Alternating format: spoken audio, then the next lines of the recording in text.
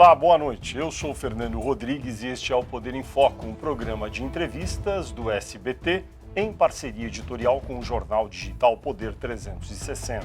Nesta semana, o Poder em Foco entrevista o chefe da área global de liberdade de expressão da Unesco, Guilherme Canella, que fala diretamente da Unesco lá em Paris, na verdade de sua casa lá em Paris.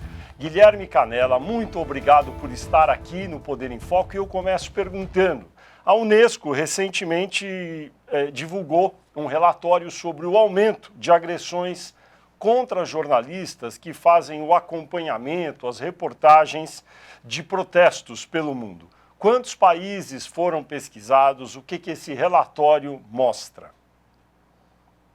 Olá, Fernando, um prazer falar com você e com as pessoas que seguem o teu programa. Nós fizemos um acompanhamento da situação da violência contra jornalistas que cobrem protestos num período que vai de janeiro de 2015 até junho de 2020. Então, quase 5 anos, 4 anos e meio. E, nesse sentido, fizemos uma varredura da situação global sobre o tema. E o que nós encontramos realmente foram dados alarmantes. Nós encontramos distintas situações de violência contra jornalistas em 65 países, em todos os continentes, e países com distintas características, ou seja, países em desenvolvimento, países desenvolvidos, etc. Então, houve, nesse período, 125 situações de protestos que podem ter sido mais curtos, que duraram 1 dia ou 2 dias, ou protestos mais longos, que duraram meses, mas 125 situações de protesto onde houve algum tipo de violência contra jornalistas, incluindo 10 assassinatos de jornalistas nesse período. Então, diante desses dados, a Unesco realmente, nesse relatório, faz um chamado global para que esse tema esteja no foco das preocupações dos tomadores de decisão. Essa estatística, portanto, vai de 2015 até agora meados de 2020, é isso?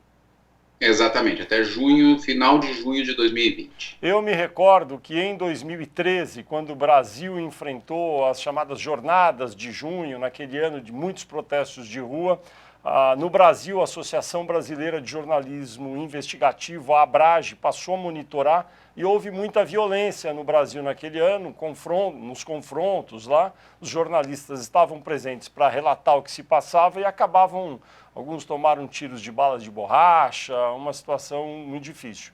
No caso do Brasil, nesse período mais recente, o que se pode dizer? De fato, inclusive, uma das boas práticas que esse relatório menciona explicitamente especificamente o caso da ABRAGE, da Associação Brasileira de Jornalistas Investigativos, que, como você relatou, não só naquele período fez esse monitoramento, mas como também publicou uma série de guias de como os próprios jornalistas, ao ir cobrir esse tipo de protestos, poderiam se autoproteger, com uma série de dicas específicas. Então, a gente recomenda a todos os leitores desse relatório que também acompanhem o trabalho feito pela ABRAGE e outras organizações que também estão mencionadas naquele período. O relatório mostra uma situação presente em todas as regiões, mas em particular na América Latina. Uma das questões que me parece que tem semelhanças com aquele momento que o Brasil viveu e que o relatório chama a atenção é que a maior parte da violência contra os jornalistas, e são mencionados elementos que aos quais você já fez referência, balas de borracha, inclusive jornalistas em mais de um desses protestos em distintos países que perderam a visão por conta desse tipo de ataques, o uso de distintos tipos de armamento. Mas uma outra questão muito interessante e preocupante é que, ainda que a maior parte da violência contra os jornalistas seja praticada pelas forças de segurança, ou seja, as forças policiais que estão fazendo a segurança dos protestos, nós também detectamos uma presença de violência contra os jornalistas por parte dos próprios manifestantes. Então, isso foi um outro elemento, juntamente com algumas questões que não são menores. Por exemplo, o relatório identificou um uso cada vez mais amplo de distintos tipos de armamento pelas forças policiais, que tem causado problemas aos jornalistas. Por exemplo, outra questão fundamental é a apreensão arbitrária de material dos jornalistas, câmeras, etc.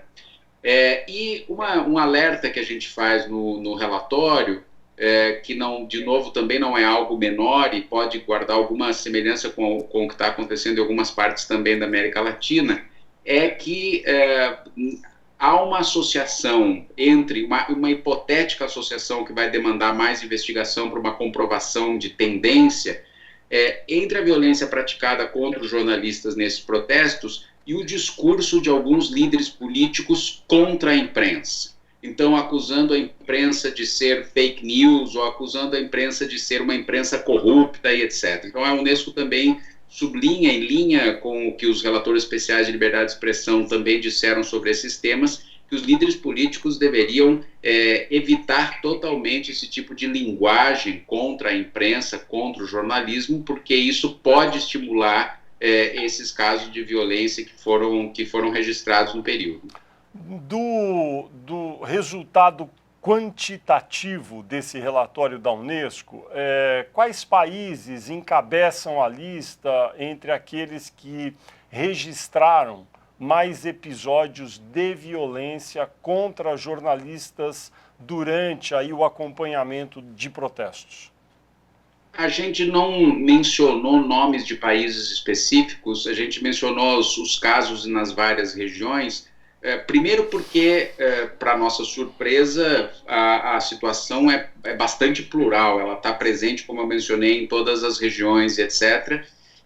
E a gente não queria fazer uma discussão que fosse centrada nesse ou naquele caso, a gente queria realmente mostrar que é uma preocupação global da Unesco em relação a essa temática. Agora, efetivamente, o que a gente fez em menções específicas é mencionar casos que são interessantes no sentido da busca de soluções em relação a esse problema, né? Então, por exemplo, a gente menciona uma decisão da Corte Interamericana de Direitos Humanos em relação a um jornalista que sofreu uma violência no contexto de um protesto na Colômbia, um caso que se chama Vélez Restrepo contra a Colômbia no marco da Corte, e a Corte toma uma decisão que naquele momento foi vista como inovadora, que foi para evitar novos casos, que se chamam de medidas de prevenção. A Corte ordena o Estado colombiano a capacitar as suas forças policiais e de segurança a como lidar com a imprensa na cobertura quando há casos de protestos. Então, o que a gente menciona de casos específicos, se for o caso eu posso dar outros exemplos, mas são como esses, que são boas práticas que podem ajudar a equacionar esse problema que é cada vez mais grave. Tem uma situação mencionada por você, Guilherme, que me parece controversa e complexa, que é em que medida o discurso de alguns governantes políticos de vários poderes num determinado país acaba influenciando violência contra jornalistas. O que tem se visto em alguns países, nos Estados Unidos, no Brasil, vários integrantes do governo reclamam da atuação da mídia. E o que eles dizem é a mídia tem que receber críticas também. Ela pode acertar, pode errar, e ela fala do governo e o governo pode também falar da mídia. Como tratar esse tema que é tão complexo? Qual é o limite para isso e em que medida talvez a gente tenha uma situação que nem volte mais, porque trata-se de uma realidade que talvez tenha vindo para ficar, essa beligerância entre mídia e governos? A primeira coisa é que o governo, enquanto representantes do Estado, e nesse sentido com uma obrigação de proteger os direitos humanos em geral e a liberdade de expressão e de imprensa em particular, eles, na visão dos organismos internacionais, deveriam ser os primeiros a pôr em evidência a importância do jornalismo para a proteção e promoção das democracias. Isso não quer dizer que casos específicos dentro do jornalismo não possam ser criticados, se essa nota disse algo que não é correto ou o que seja. O que, em geral, nós estamos dizendo, não só nesse relatório específico, mas em geral, é que o discurso de líderes políticos contra toda a instituição jornalística, ou seja, toda a imprensa é corrupta, toda a imprensa é fake news, que esse discurso tem colaborado para uma desconstrução da credibilidade do jornalismo como uma instituição relevante para as nossas democracias. No caso específico desse relatório, a hipótese que foi levantada pelos autores que analisaram esses protestos nos quais ocorreu violência em 65 países, é que é possível pensar numa associação entre a violência que ocorreu contra os jornalistas e o discurso genérico, negativo e beligerante contra a imprensa. Agora, para que se comprove, outros tipos de investigação são necessários. Assim que, para resumir a resposta à sua pergunta, também é parte da liberdade de expressão que os governos ou que os governantes façam referências e críticas a casos específicos, com elementos específicos de matérias, etc., que eles possam julgar que tiveram erros. O problema está numa referência genérica a toda a imprensa, como isso ou como aquilo, e isso não contribui em nada para o avanço da liberdade de expressão e para a liberdade de imprensa. Ao contrário, pode gerar problemas. Tem alguma expectativa de a própria Unesco tentar estabelecer de maneira mais científica essa relação entre o discurso mais beligerante, crítico de governos contra a mídia e tentar ver se há de fato essa associação com a maior violência? Já num relatório anterior, que se chama o Relatório Global da Unesco sobre a liberdade de expressão, de tendências globais sobre a liberdade de expressão e desenvolvimento da mídia, nós já havíamos alertado que uma das tendências que estavam sendo verificadas quando aquele relatório foi lançado há 3 anos, ele é um relatório global que é lançado a cada 4 anos, o próximo vai ser o ano que vem, a gente já vinha alertando que essa tendência estava sendo verificada pelas várias fontes que a Unesco consulta ao produzir esse tipo de relatório. Então, quando verificamos de novo agora, nesse relatório específico sobre cobertura de protestos, que essa é uma tendência que as nossas fontes identificaram como possível, uma das recomendações que a gente faz nesse relatório é que mais investigações têm que ser realizadas justamente para tentar encontrar a potencial causalidade a qual se acabou de fazer referência. Não há uma decisão tomada nesse momento se a própria Unesco fará isso, mas nós esperamos que os vários atores que cooperam com a Unesco, tanques de pensamento e etc., tomem essa recomendação e busquem encontrar de maneira mais detida essa relação de dados sobre esse assunto em particular, que repetimos, já desde o último relatório global, nós estamos colocando em evidência que esse é um problema que precisa ser tomado com cuidado. E a própria indústria de mídia jornalística profissional, ela própria, deveria também fazer algum tipo de autocrítica e verificar a maneira como tem atuado para tentar mitigar esse problema ou não? A nossa impressão é que o debate global sobre a situação atual da indústria jornalística em relação ao contexto do desenvolvimento das democracias é um debate que tem que ser dado em várias frentes. Por exemplo, nessa situação que se acelera com a crise do Covid, nós estamos verificando um outro problema que não é de menor envergadura, que é o problema da viabilidade econômica das várias empresas de mídia, sobretudo de empresas locais. Alguns especialistas estão chegando, inclusive, a usar expressões como desertos midiáticos em alguns países, ou seja, onde haverá um apagão, um blackout de empresas de mídia em determinadas regiões, porque elas simplesmente não têm condições de continuar existindo, ou alguns estão falando de um evento de extinção mediática, em alguns casos. Mas por que eu estou fazendo referência a esse problema que nós também alertamos num relatório que saiu um pouco mais no começo do ano, quando se acelerou a pandemia e se viu que as empresas de mídia estavam sendo atacadas por esse problema? É porque uma das questões que está relacionada a isso é essa crise global de desinformação que o secretário-geral das Nações Unidas chegou a chamar de uma infodemia.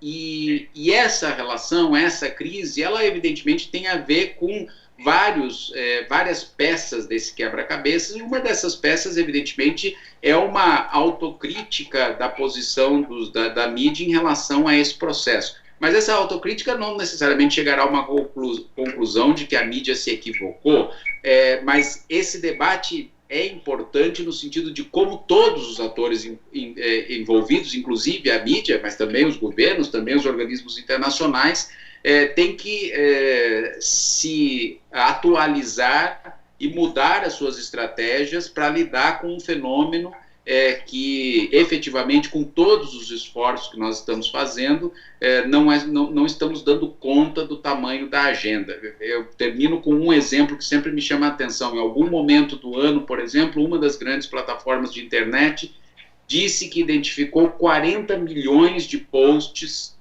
que poderiam ter um problema de desinformação, ou as mal chamadas fake news. Nesse mesmo período do relatório, todo o esforço de fact-checking que foi feito não chegou a analisar nenhum por cento desse volume.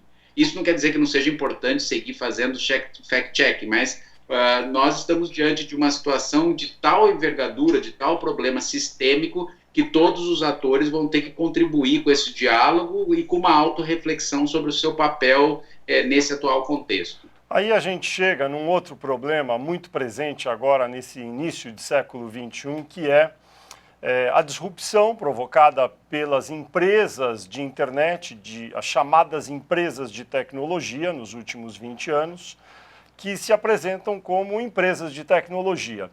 E alguns consideram que elas devem ser reclassificadas também como empresas de comunicação e assumirem a responsabilidade que empresas de comunicação têm.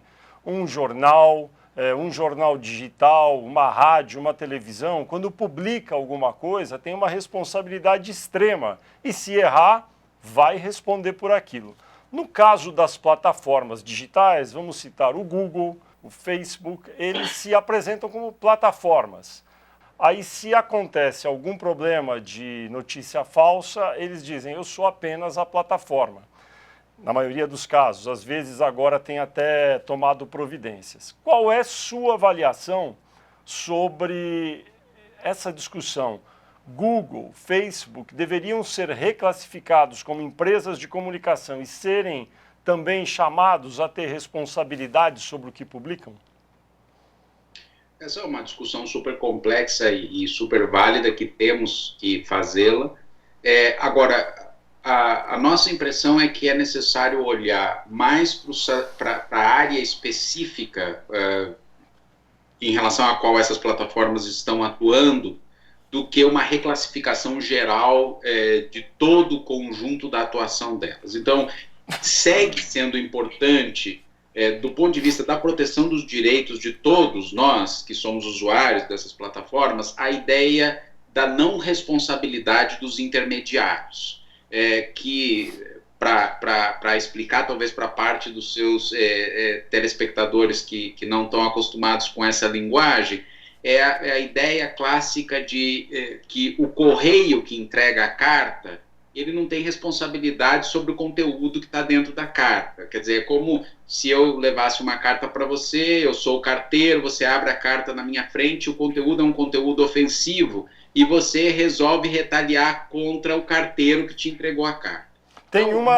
Tem um ponto aí que complica, porque a carta é protegida pela inviolabilidade do seu conteúdo. O carteiro entrega a carta está fechada e quem recebe a carta lê o conteúdo.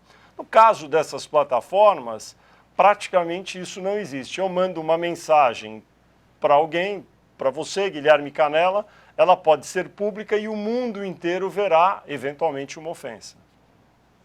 Não, exato, mas por isso, mas só que essas plataformas, por exemplo, os serviços de mensagem privados que elas têm, esses serviços de mensagem que têm implicações para a discussão da desinformação ou discurso do ódio, mas elas não interferem no conteúdo entre um WhatsApp que você me envia ou que eu envio para você, ou o conteúdo das plataformas de e-mail que elas têm. Então, o ponto é que fazer uma reclassificação geral de todos os serviços pode ser arriscado, não para elas, mas para o conjunto da sociedade, em que a superregulação pode ter implicações para a liberdade de expressão, para a privacidade, para o anonimato, etc. Agora, essa discussão, que era muito mais simples quando as plataformas foram criadas, porque, em princípio, boa parte do que elas faziam, de fato, elas eram intermediárias e os conteúdos eram gerados por outros atores, hoje se complica muito porque as plataformas mesmas passaram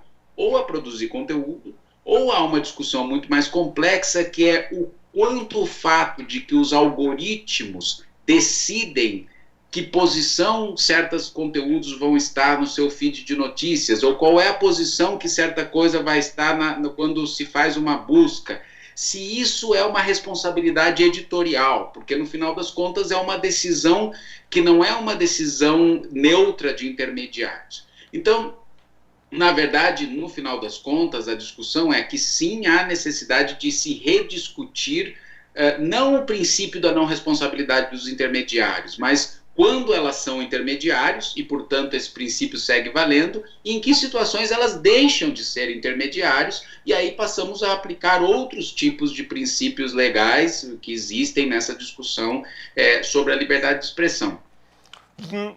Na Europa, essa discussão tem sido muito presente, responsabilizar em certa medida as grandes empresas ditas de tecnologia sobre uma parte do conteúdo público, do que elas dão visibilidade. No Brasil também começou esse debate. Na sua avaliação, esse é um debate longo que vai demorar décadas ou a gente está perto de ter alguma solução para isso?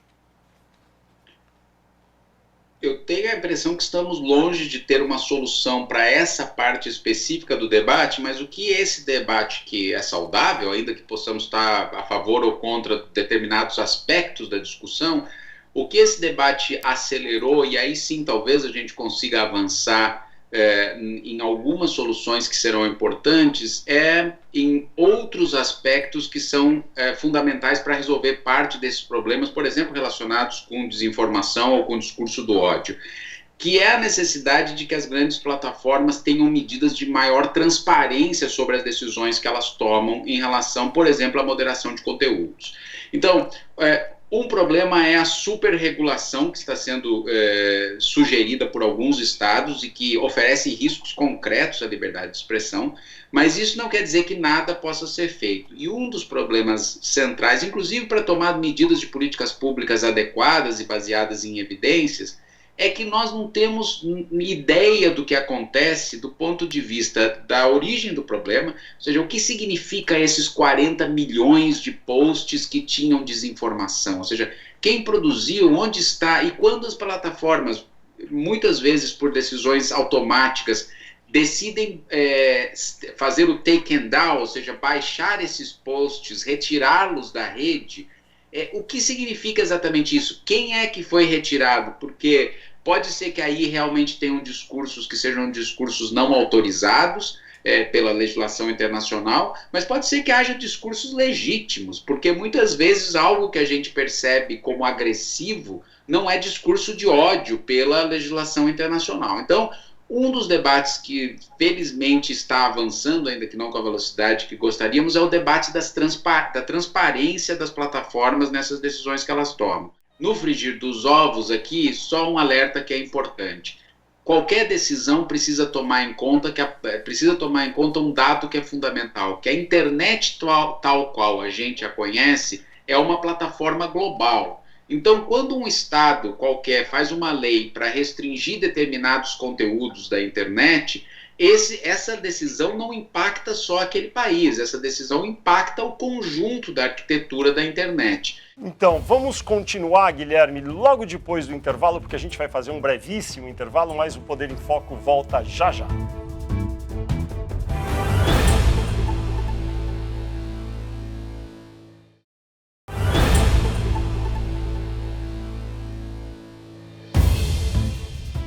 Estamos de volta com o Poder em Foco, um programa de entrevistas do SBT em parceria editorial com o jornal digital Poder 360. Nesta edição, eu entrevisto o chefe da área global de liberdade de expressão da Unesco, Guilherme Canella, que fala de Paris aqui com o Poder em Foco. Guilherme Canella, a gente estava falando sobre essa dificuldade enorme no outro bloco de encontrar uma fórmula aceitável, de ter mais responsabilidade nas plataformas aí digitais e não ferir a liberdade de expressão. Tem algum país, como eu te perguntava, que talvez esteja tendo uma experiência que possa ser olhada com mais atenção? A Alemanha, talvez? Os países da União Europeia estão tentando, distintos países, inclusive a Alemanha, mas há uma legislação recentemente aprovada na França, etc., lidar com o problema. Muitos deles estão particularmente preocupados com a questão do discurso do ódio. A nossa avaliação geral é que é mais fácil se olhar para parcelas específicas do problema do que o problema de uma maneira geral. Então, por exemplo, há boas experiências de como lidar com a questão da desinformação no caso do contexto eleitoral. Então, há regras específicas que têm funcionado e aplicadas por distintos países, por distintas autoridades eleitorais, como, por exemplo, a regulação da publicidade específica que se dá via internet, que essa publicidade não possa ser anônima, parte significativa dos conjuntos de ataques via desinformação ou fake news se deram através desse tipo de publicidade anônima e etc. No caso específico do discurso do ódio, é uma agenda bastante diferente, porque o discurso do ódio que pode levar a uma violência é um chamado discurso não autorizado pela legislação internacional, então esses são elementos que poderiam ser judicializados, etc. Agora, qual é a grande encrenca aqui? A grande encrenca aqui é o volume. Então, no contexto europeu, por exemplo, eles resolveram tomar o Tribunal Europeu resolveu tomar uma decisão sobre o chamado direito ao esquecimento, em que eles autorizam um caso específico de desindexação nos buscadores. O que significa desindexar? Quando alguém busca alguma coisa, não vai encontrar aquela informação que o tribunal decidiu que deve ser desindexada. Só que, como se deram conta do volume, eles decidiram passar a responsabilidade do que tirar ou não, do que desindexar ou não, para as plataformas. Qual é o risco aqui que os relatores especiais de liberdade de expressão têm alertado? Para uma privatização da censura. O que quer dizer isso? Que no final das contas, o que fica e o que não fica é uma decisão que não passa por um devido processo legal, passa pelo critério que a plataforma A ou B ou C identificar. E evidentemente que isso oferece riscos para todos nós. Pode desafogar o Poder Judicial, ou seja, de não ficar mandando esses casos para a Justiça, mas, por outro lado, coloca uma questão importante para a agenda de direitos humanos, que é quem é que toma essas decisões e quais são os critérios. Então, as melhores práticas, infelizmente, não são soluções para resolver todos os problemas de uma vez, mas sim há boas práticas em relação específica ao caso eleitoral, em relação específica a alguns elementos de discurso de ódio e etc. Vamos falar... Deixa então uma bola picando para você que a discussão que realmente é consensual entre todos os estados é que a maneira de resolver isso é fazendo um pesado investimento em educar a população sobre como lidar com esses conteúdos, que é o que se chama de alfabetização informacional. Agora, evidentemente que essa é uma discussão de longo prazo, claro, porque não vai resolver amanhã o tamanho do problema que a gente tem. Que, no fundo, as pessoas colocam dentro da sacola da liberdade de expressão quando uma empresa privada, que são empresas privadas, que ganham dinheiro publicando aquilo que a gente coloca nos nossos perfis nas redes sociais, quando elas decidem parar de publicar alguma coisa. Mas elas são empresas privadas. Nada impede nenhum cidadão, pelo menos em países livres, de ter o seu website, o seu endereço próprio na internet e publicar o que bem entender. A necessidade de publicar no Facebook ou em algum outro local é uma necessidade, enfim, que a pessoa pode achar que tem, mas aquilo é uma empresa privada que ganha dinheiro. E se ela decidir não publicar, Aí tem essa discussão, ela pode ou não pode fazer isso, já que ela ganha dinheiro com aquilo e decidiu não publicar. Você não acha que também tem, às vezes, um certo exagero sobre isso? Talvez sim, mas por essa discussão que você acabou de fazer é uma discussão super importante que implica em fazer um outro debate que é parte desse emaranhado complexo, que é o debate sobre os termos e condições que todos nós vamos clicando as 50 páginas lá quando a gente acessa essas plataformas. Por isso o discurso, quando a gente fala de qual é por que acontece as fake news ou a desinformação, há uma série de questões que não são simples, que nós precisaríamos discutir. Uma delas é isso, os termos e condições. A outra dela é o que a gente chama da lógica dos algoritmos, que tem feito as pessoas viverem em bolhas que permitem que estão estimulando a retroalimentação da desinformação, o discurso do ódio. Porque eu apenas apresentei essa discussão porque, veja, ninguém num país livre como o Brasil ou como os países da União Europeia está impedido de dizer e publicar o que bem entender. E até vou entrar um pouco aqui no Brasil, que aqui é um pouco diferente, mas o fato é que isso existe. E as plataformas ou as empresas chamadas de tecnologia têm um interesse enorme de serem classificadas como defensoras da liberdade de expressão, porque no escudo da liberdade de expressão elas continuam ganhando dinheiro, continuam publicando o que bem entendem, e daí se de vez em quando tem um efeito colateral de alguém que é caluniado, paciência. Veja que o Google no Brasil é a empresa que mais fatura com publicidade no Brasil, mais do que qualquer outra empresa já há cerca de 3 anos. Então, eles ganham dinheiro com isso. E para eles é ótimo se apresentarem como empresas que defendem a liberdade de expressão. Pode ser, mas não é só isso. Ou não?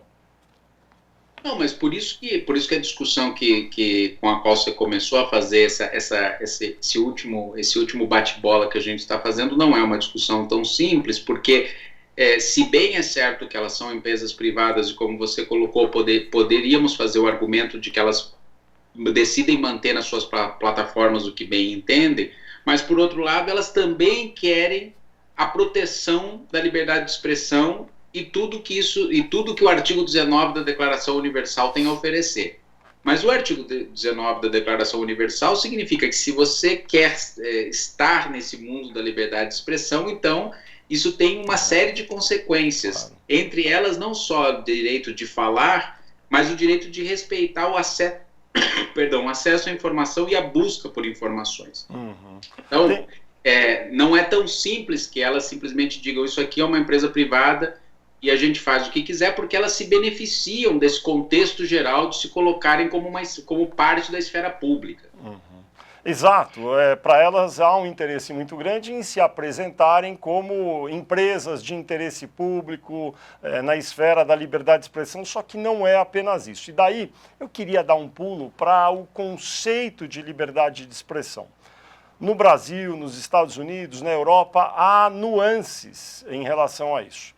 Vamos ficar com as Américas. Nos Estados Unidos é impensável que algum livro seja retirado de circulação. Você publica o que bem entender. Você pode ter as teorias mais estapafúrdias, fazer um livro, publicar, você pode. No Brasil, no início dos anos 2000, bem no comecinho, houve uma ação contra a publicação de um livro no Rio Grande do Sul de conteúdo antissemita, uma coisa abstrusa, realmente maluca, mas, enfim, a pessoa publicou aquele livro. O Supremo Tribunal Federal disse que aquele livro, que era contra os judeus, era proibido, estava proibido e banido de ser publicado. A partir daí, várias decisões foram tomadas e essa decisão lá do início da década dos anos 2000 é citada pelos ministros do Supremo.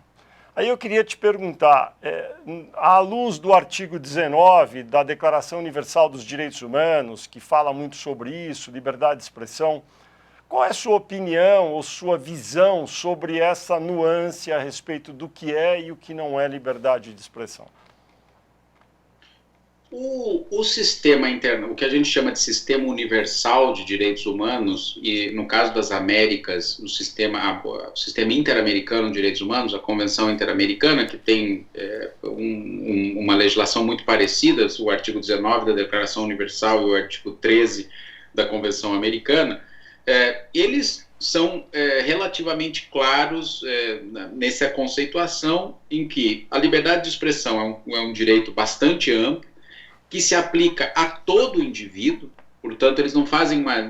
Veja que o artigo diz todo indivíduo, não diz se é adulto ou se é criança, se é estrangeiro ou se é cidadão nacional, se é jornalista ou se é taxista, todo indivíduo tem liberdade de expressão.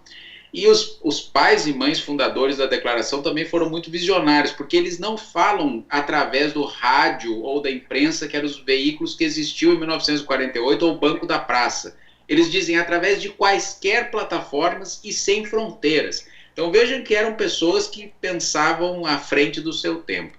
Ao mesmo tempo, o artigo estabelece quais seriam as eventuais limitações desse direito à liberdade de expressão, entre elas o discurso do ódio que pode levar a uma violência concreta, e estabelecem que para tomar essa decisão de como limitar eventualmente a liberdade de expressão, o Poder Judicial tem que aplicar um teste que se chama o teste de 3 partes. Primeiro, qualquer limitação à liberdade de expressão tem que ser legal. O que isso significa? Ela tem que estar estabelecida em uma lei, aprovada por um parlamento. Então, não pode ser uma decisão que aconteceu ali no momento, ou por um ministro do Poder Executivo, ou por uma agência reguladora, ou o que seja. Tem que estar registrada numa lei. Essa é a primeira parte do teste. A segunda parte do teste é que a decisão tem que ser legítima e com fins para a proteção da democracia.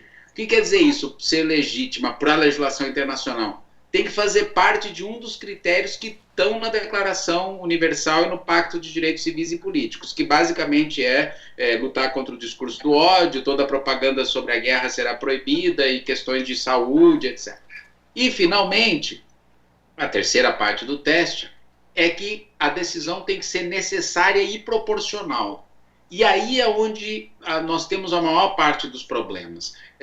Você se lembrará que, no contexto, por exemplo, do Brasil, houve um juiz que decidiu cancelar toda a operação de WhatsApp no Brasil, porque havia um problema particular com uma suposta obstrução de justiça, porque 2 traficantes estavam fazendo uma negociação e o juiz pediu aquela informação, a empresa não entregou.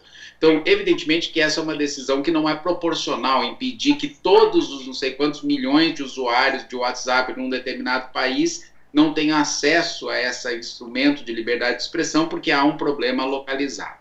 Então, do ponto de vista do sistema universal, a definição de liberdade de expressão e como ela se aplicaria seria essa única, não haveria uma outra possibilidade. Agora, os países específicos têm, como você bem mencionou, distintas análises de como interpretar essa legislação. E é certo que o caso dos Estados Unidos é talvez um dos casos mais liberais na interpretação da liberdade de expressão. Agora, eu faria uma pequena adição ao que você mencionou, que muitas vezes se diz, porque a primeira emenda é a única coisa que se olha ao falar de liberdade de expressão nos Estados Unidos.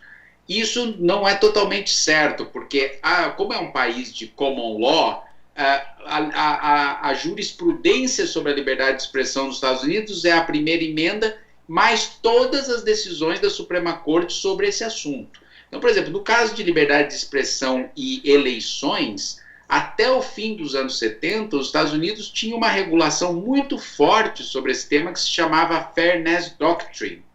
E no início do governo Reagan, a Suprema Corte decidiu cancelar essa legislação, mas ela teve validade até 1979. Então, evidentemente que isso também é algo que, do ponto de vista da jurisprudência das Cortes Supremas, não é algo estático, né? Ele evolui na linha do tempo e tem a ver com condições específicas. Por exemplo, a boa parte dos países europeus tem legislações que impedem a negação do Holocausto, impedem a visão revisionista de que algumas dessas pessoas, como você mencionou, dizem de que o Holocausto nunca existiu. Agora, para o contexto europeu de como se deu a Segunda Guerra Mundial aqui, muitos países defendem que essas legislações que nos Estados Unidos não teriam guarida baixo as decisões da Suprema Corte, no contexto europeu isso faria sentido pela questão histórica, etc. Então, é um debate complexo, mas termino com uma coisa super importante aqui. A gente só está podendo fazer esse debate sobre as distintas concepções da liberdade de expressão porque a nossa liberdade de expressão está protegida. Então, é fundamental a gente ter claro que a liberdade de expressão é um direito em si mesmo, mas é um direito que garante outros direitos. Porque se a gente não pode ter liberdade de expressão, a gente sequer pode fazer essa discussão. É verdade. Então, vamos continuar, Guilherme, logo depois do intervalo, porque a gente vai fazer um brevíssimo intervalo, mas o Poder em Foco volta já já.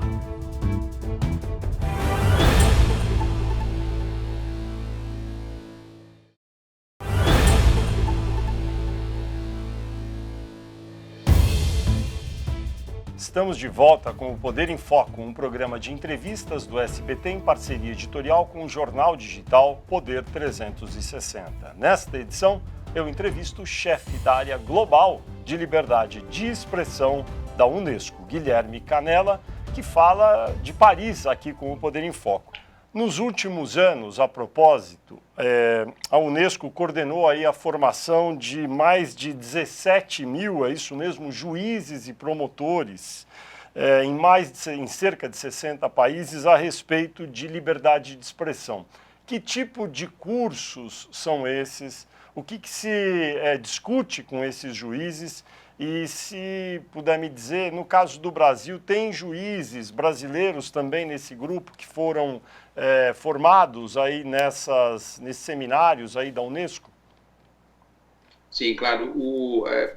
Boa parte desses 17 mil, por razões óbvias, foram formados através do que a gente chama de MOOCs, que são cursos massivos online, para atingir esse volume.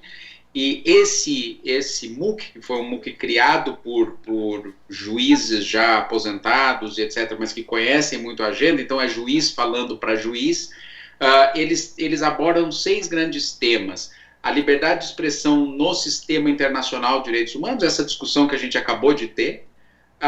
Quando limitar a liberdade de expressão dentro do que é aceito pelo sistema internacional de direitos humanos. A necessidade de que o Estado investigue os crimes contra jornalistas, ou seja, uma obrigação do Estado proteger os jornalistas e quando os crimes acontecem, investigar.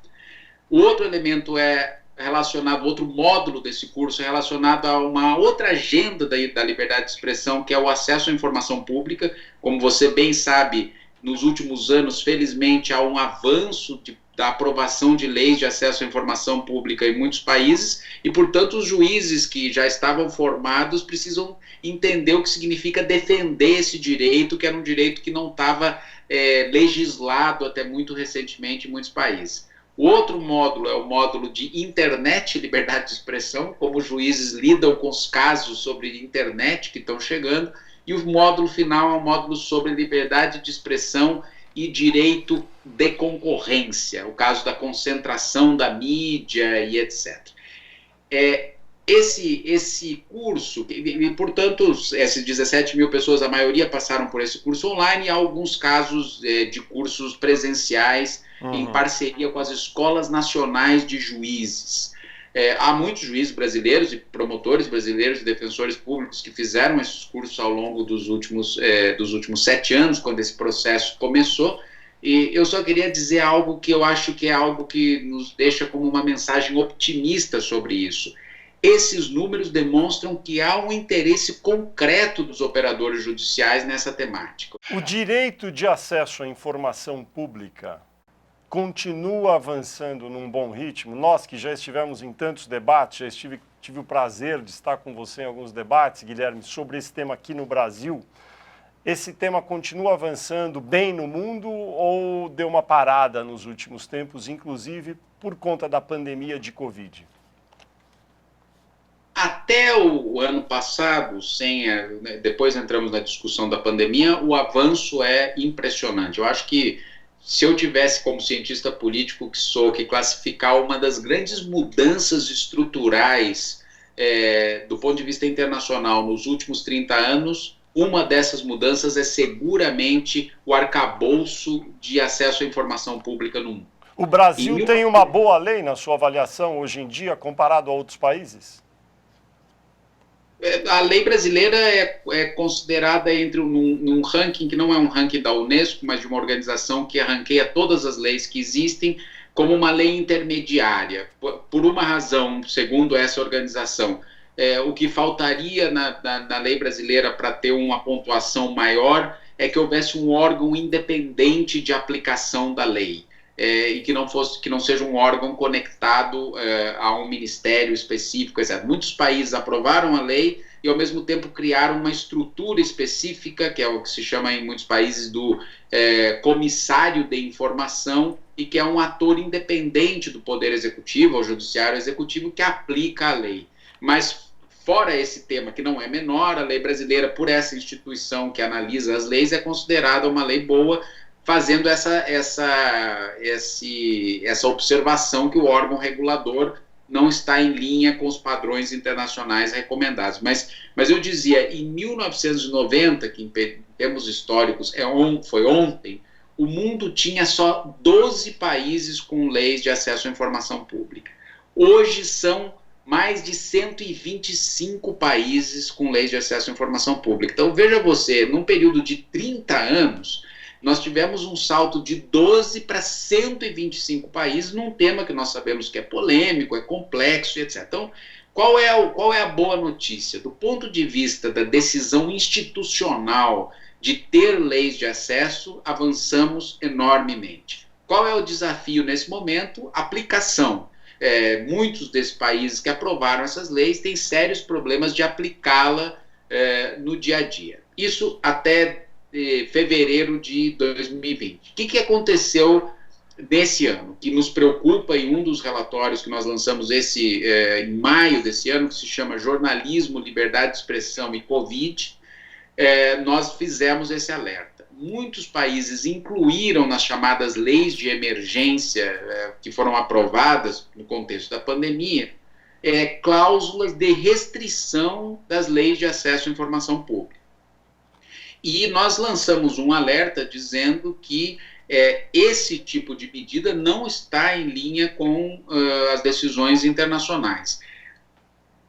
Pior, está em contradição com a ideia básica da comunicação em períodos de crise, que você precisa ser o mais transparente possível com a sociedade para gerar confiança no enfrentamento de uma crise de saúde pública ou numa crise de desastre natural e etc. Muito bem. Guilherme Canella, muito bom. Olha, nós chegamos no final. Queria te agradecer muito pela gentileza de estar aqui no Poder em Foco. Você que é chefe da área global de liberdade de expressão da Unesco, trouxe tantas informações aqui para os nossos telespectadores. Muito obrigado por conceder essa entrevista para a gente aqui no Poder em Foco, e eu também agradeço a você, telespectador, que acompanhou o programa até aqui. Aproveito para lembrar que você pode assistir a esta entrevista nos canais do SBT Jornalismo e do Poder 360 no YouTube. No próximo domingo, logo depois do programa Silvio Santos, vai ter mais um Poder em Foco, sempre conversando com personalidades do ambiente do poder. Eu espero vocês aqui e desejo uma excelente semana a todos.